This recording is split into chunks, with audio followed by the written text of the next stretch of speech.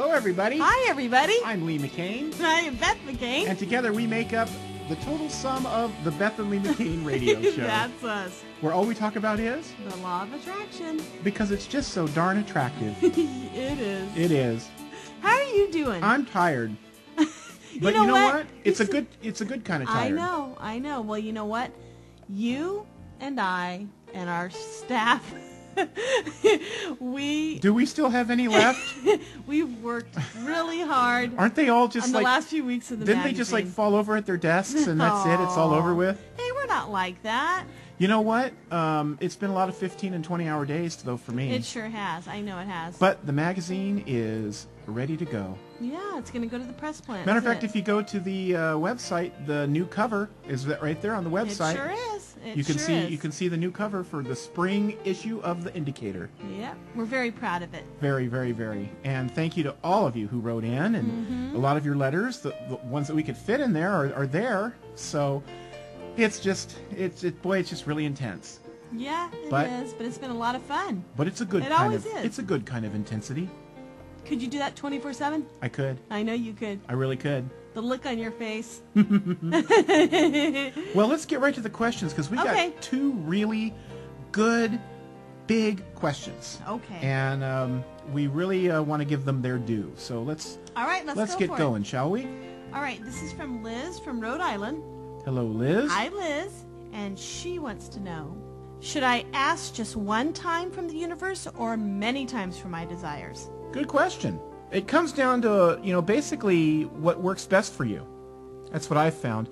Many people feel more comfortable with asking each day, but others are comfortable asking once and then just letting the universe take over. That's kind of like how I do it. Mm-hmm. And it's funny, you do it that way and I do it the other way. But here's the deal. When you ask once, it just has as much power behind it as many times, but it's more about what happens after you ask and let go. Very true. That counts. Very true. Because you can ask until the cows come home, but as long as you have a feeling and expectation of gratefulness that it's been taken care of by the universe, well, then it will be.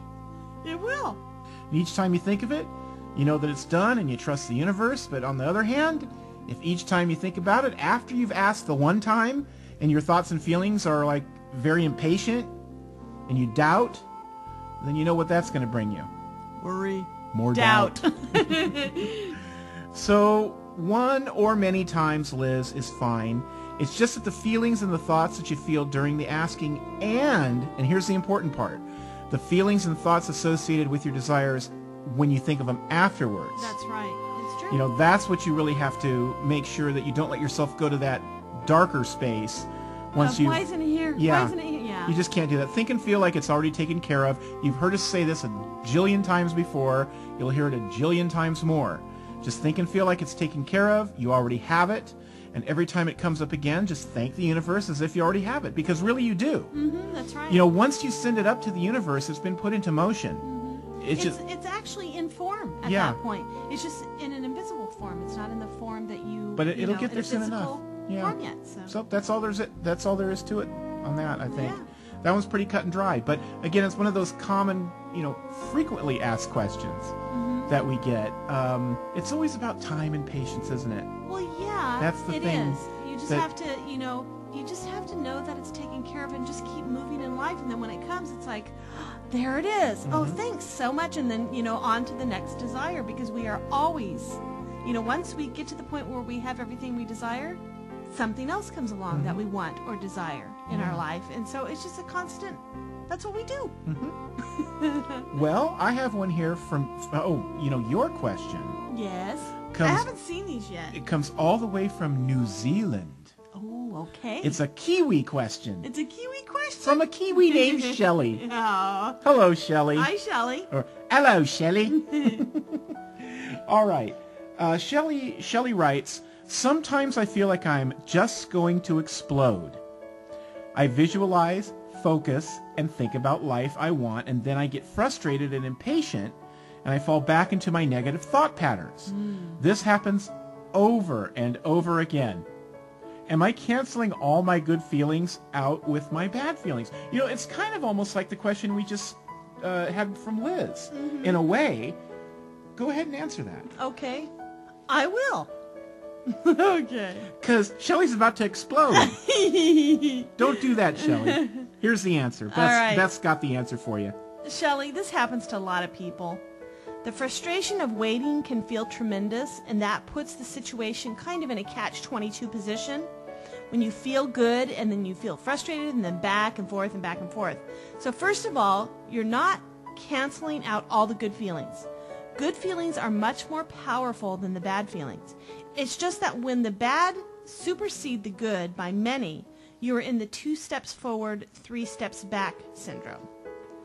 So do your best to look at impatience as excitement.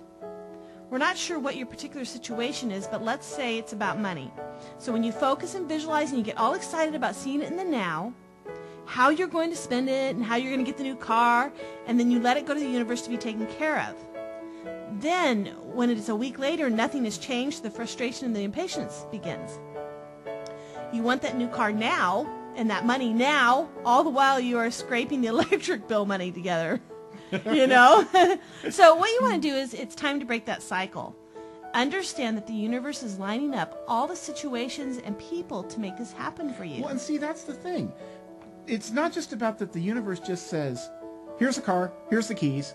What it does is it lines up the situations. And anything, even if you're fully funded, just to coordinate something takes time, doesn't it? And, you know, in The Secret, it touches on that, about how when the universe doesn't give you something immediately, and they barely touched on it, but what they're saying is, you know, when you first have a desire, what if your desire was just you're sitting back and like in the movie, you say, boy, I'd like an elephant. Boom, there's your elephant with the poop involved as well, right? So, oh no, I'm sorry, I'm losing it, guys. Listen. You need a shovel? Listen, I am the kind of person, Lee will tell you, I don't swear, and even saying the word poop just gets me going. Sorry. I'm sorry, Mr. Sailor Man. I think we should all call him Popeye. Get back to Shelley. And her question. I'm holding myself together now. Okay. Anyway, the point is if we got our desires immediately, if every thought that we launched out, if it came immediately, we'd be in a lot of trouble. You know, we really would. So let the universe do its job without any pushing from you. When the impatience begins, tell yourself that it really is excitement of wanting your desires now. And that's okay. See, that's a positive emotion. Exactly. And the universe is doing its part, and you have to do yours. Your job is to look for the opportunities or signs that the universe gives you to get your desire to you and to stay in a great feeling space. Because the universe's job is to take care of the how. When you're impatient, you're moving your desire into a different direction. Well, and also you're starting to micromanage. And you're pushing against the desire you want. Yeah. So impatience and frustration breeds what? Impatience and frustration. So when the impatience and frustration begins, take a deep breath and realize your desire has already been manifested in the universal world. The next step is the manifestation in the physical world. And the universe won't let you down unless you think and you feel it will, Shelley. So... And make sure you have a shovel just in case any elephants come along. All right, you. What are you being all high and mighty about? I'm not the one saying the P word on everybody. The P word. The P word. You know, and that word isn't really that bad. I guess being a mom, there's something in me that just doesn't announce that word. Okay, well, now, you know, thousands of people just heard it. So, from your little lips. All right. Well, heck. Golly, can it be that time already? It is. It is. The old clock on the wall says it's time to shuffle off to Buffalo. Yeah, Jim is doing the cut on the, the... No, he just wants to cut our heads off is what he wants to do. Well. Okay, folks. Well, listen, by this time next week, there'll be a new issue of The Indicator out. We're so excited. Also, if you go to the website, we have a special for all of you people who read our newsletter.